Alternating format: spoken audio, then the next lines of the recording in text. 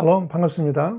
질투로 이성을 잃은 사울은요, 이제 물불을 안 가리고 다윗을 죽이려고 합니다. 그래서 사무엘 18장과 19장은 다윗을 죽이려고 혈안이 된 사울과 또 그를 구해내시는 하나님의 이야기로 계속 진행이 됩니다. 질투에 눈이 어두워진 사울은 자기 자식까지 이용을 하죠. 사무엘상 18장 17절 말씀입니다. 사울이 다윗에게 이르되 내 맏딸 메랍을 내게 아내로 주리니 오직 너는 나를 위하여 용기를 내어 여호와의 싸움을 싸우라 하니 이는 그가 생각하기를 내 손을 그에게 대지 않고 블레셋 사람들의 손을 그에게 대게 하리라 합니다. 전쟁터에서 많은 전과를 올리면은 딸을 주겠다는 약속을 하는데 이게 사울이 진짜 다윗을 사위로 삼기 위함이 아니죠. 속마음은 그가 많은 전투를 하다가 전장에서 죽기를 바란 거예요. 그런데 다윗은 도리어 많은 전쟁에서 공을 세우고 승리자가 됩니다. 이제 여러 가지 여건으로 봐가지고 딸을 줄 수밖에 없는 시기가 되자 사울은 모르는 척하고 다른 사람에게 딸을 시집 보냅니다. 18장 19절 말씀입니다. 사울의 딸 메랍을 다윗에게 줄 시기에 몰라 사람 아드리엘에게 아내로 주었더라. 그러고 난 뒤에 세월이 지나서 사울의 딸 미갈이 다윗을 좋아하는 듯 싶으니까요, 이 딸도 다윗을 죽이기 위한 도구로 이용을 하죠.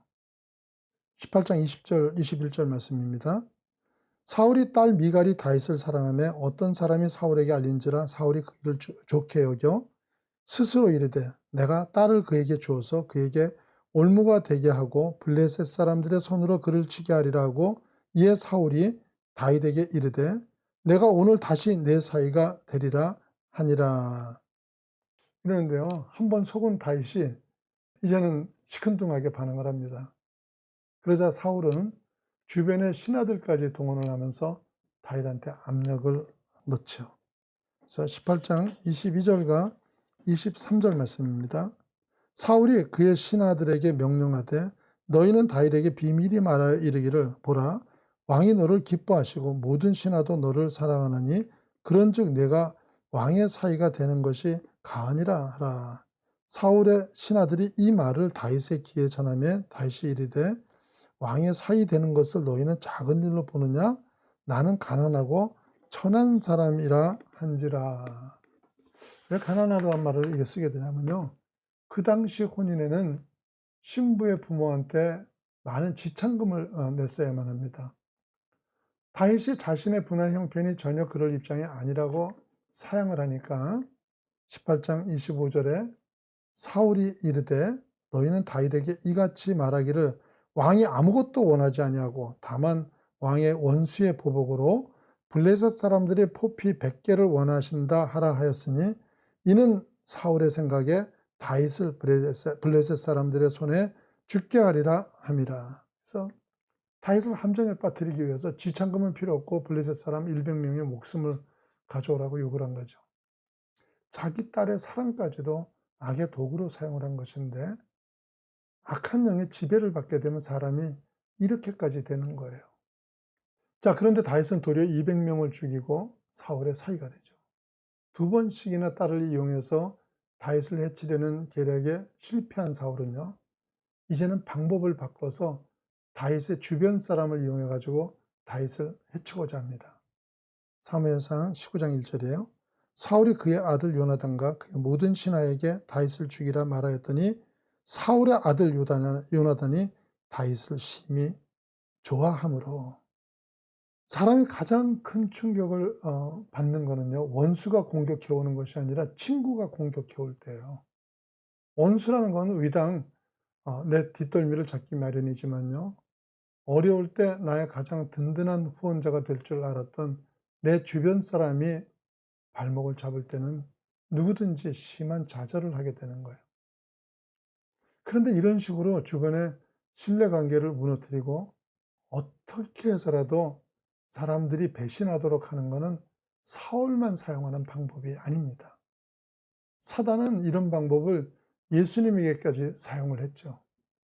예수님을 배반한 가룟 유다는 3년간 예수님의 사랑과 돌봄을 받았던 제자예요. 사단은 그런데 이런 가룟 유다의 배신을 통해서 충격받고 분노하게 하는 거예요.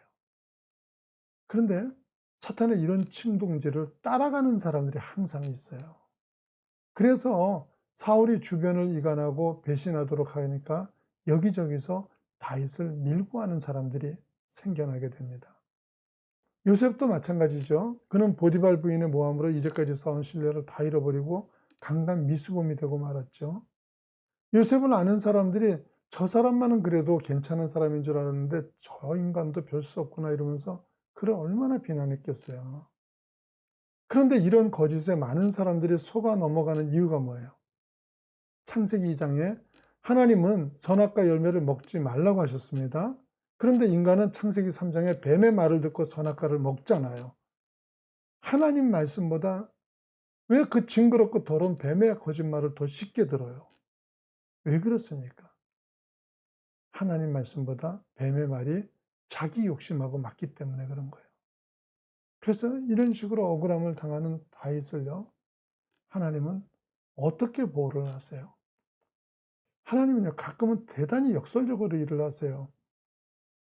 사울은 다윗을 죽이기 위해서 2번씩이나 딸을 도구로 사용을 했습니다. 하지만 하나님은요, 그의 딸 미갈을 통해서 다윗의 목숨을 보호하십니다. 자, 사무엘상 19장 11절과 12절입니다. 사울이 전령들을 다윗의 집에 보내어 그를 지키다가 아침에 그를 죽이게 하려 한지라 다윗의 아내 미갈이 다윗에게 말하여 이르되 당신이 이 밤에 당신의 생명을 구하지 아니하면 내일에는 죽임을 당하리라 하고 미갈이 다윗을 창에서 달아내림에 그가 피하여 도망하니라. 사울이 다윗과 가까운 주변 사람들의 배신을 통해서 다윗을 죽이려고 할 때요, 그때는 또 사울의 아들 요나단을 통해서 하나님께서 구해주십니다. 요나단은 다윗에게 구체적인 정보까지 주면서 다윗을 보호하죠. 사무엘상 19장 2절입니다.